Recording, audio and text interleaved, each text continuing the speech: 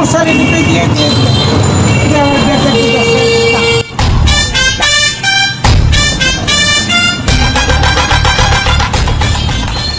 আমার এক প্রবাসী ভাই কিছু টাকা দিয়েছিলেন দুইটা পরিবারকে ঈদের বাজার করে দেওয়ার জন্য। তো আমি একটা প্যাকেজ নিয়ে আসছি এইখানে। তো এইখানের পরিবার কেমন থাকে এটা দেখেন। উনি এই ঘরের মধ্যে থাকেন, এই দেখেন। এটার ব্যাপারে আমি ইউনুর কাছে কিন্তু অনেক কথা বলেছি। এটা তার বসবাসের ঘর। এই যে এই ছোট্ট পরিসরে ঘরটা এলো তার বসবাসের ঘর। এই জায়গাটার মধ্যে তার বসবাস করে। এই পরিবার কি আসলে কি যোগ্য কিনা এটা আপনারা একটু বুঝলেন, দেখলেন। এই যে উপরে দেখেন চালের পরিবর্তে কিন্তু এই যে কম্বল দেওয়া, এই যে কম্বল দেওয়া দেখছেন। এই ঘরের মধ্যেই তাদের বসবাস। আর এটা হলো পাকের ঘর। এই যে সেই জায়গাতেই আমি ঈদ সামগ্রী নিয়ে আসছি।